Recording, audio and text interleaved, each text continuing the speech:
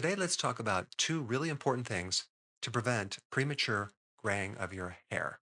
Now, if you look at my hair at the top, okay, all this is natural. Of course, you could see, let's see on this side, a little gray right here, a little gray right here.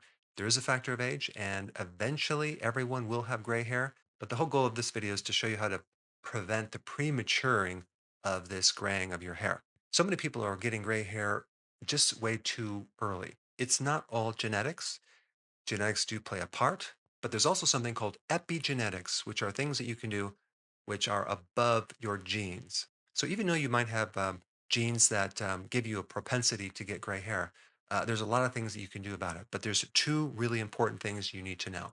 One is the actual pigment in the hair that gives you the coloring, and the enzymes to allow that pigment to occur are dependent on a trace mineral called copper.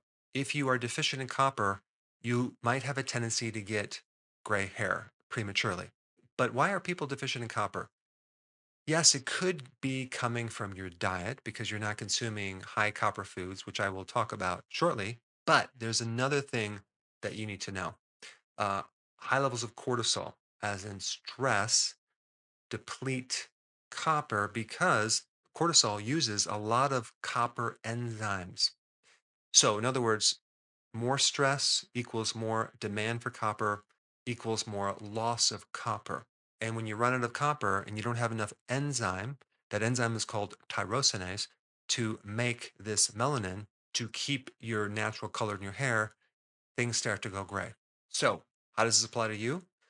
Well, stress. You probably even experience the more stress that you have, the more gray hairs you might find on your head. So, of course, the solution is to do whatever you can to reduce stress. But in the meantime, as you're doing that, there's other things you can do to increase copper, like eat more foods higher in copper.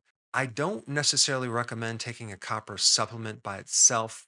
I'd recommend that you try to get it from the foods. However, you could take a copper supplement, but you have to make sure that it also has other trace minerals, especially zinc in there, because zinc and copper work together. You never want to just take like a standalone trace mineral with copper, and the ratios need to be correct too. You usually need like a 1 to 10 ratio, 1 copper to 10 zinc. So, in other words, you don't want to take a lot of copper, you just want to take sufficient amounts.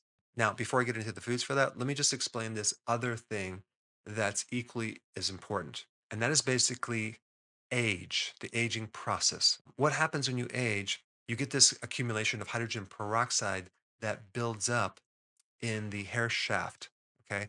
And hydrogen peroxide causes like a bleaching effect of your hair. So the other question is, okay, how do you slow down the aging process? Well, you'd want to slow down the accumulation of hydrogen peroxide to at the very least keep the color in your hair. There is an enzyme that naturally breaks down hydrogen peroxide very quickly, actually. It's called catalase. But before you go out and buy another supplement with catalase, I don't recommend that. I recommend eating foods high in catalase, which I'll explain in a minute. But let me just first explain a little bit more about catalase because it's very interesting.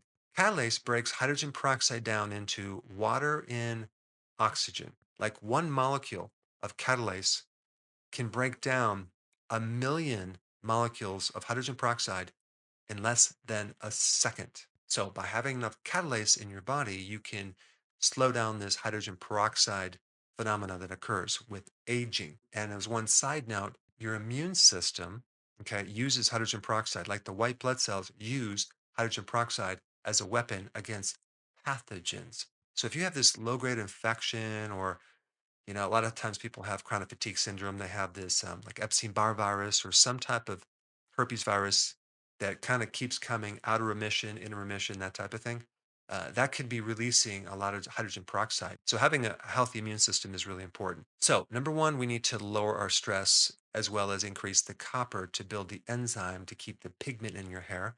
Okay, and then over here, we need to increase catalase to keep this hydrogen peroxide as low as possible. So what are the foods that are highest in copper? All of the seafoods, shellfish, especially oysters, are very important. And secondly, mushrooms, eating more mushrooms have that copper based enzyme tyrosinase. And by the way, you can also get copper in organic grass fed beef liver. And if you're vegan, you can also get it from spirulina. So that's those foods. Now, what about foods that can increase catalase? You can get catalase from grass fed beef liver, vegetables, especially cruciferous vegetables, and sprouts or microgreens are loaded with catalase. So when you have your salad each day, make sure you add some microgreens or some sprouts. That way you can get a little bit more catalase. And of course, if you're having a salad, maybe you do arugula as your base because that's a cruciferous, and then you can also saute, but not overcook other cruciferous vegetables. And of course, on top of all that, you want to work on your stress. You want to do things, exercise to release stress. You want to also maintain a stress free attitude about life and not get too serious and stuck in stress. You want to avoid smoking, alcohol, junk foods, sugars, refined carbs. And one more point about catalase. I found one study that showed that you don't want to go low fat. A higher fat diet can help increase catalase, as in the ketogenic diet. So we keep coming back to this healthy version of the ketogenic diet that I keep recommending, where you're doing nutrient dense foods, where you're doing cruciferous vegetables, where you're doing grass fed meats and even organ meats. And if you don't like organ meats, you can always get those in a supplement. And one last real interesting point about catalase. I found another research study on mice. Okay, so if you have any pet mice, this could apply. That found when they stimulated the gene for catalase, there was a significant increase in lifespan, which is interesting, which would make sense because catalase works on your mitochondria, and it's an antioxidant. And too much hydrogen peroxide can create a lot of free radical damage and destroy the mitochondria. So now that we covered the premature graying of the hair, let's talk about the hair in general. Is there other things that can make your hair healthier? And the answer is yes. In this video, you can find out.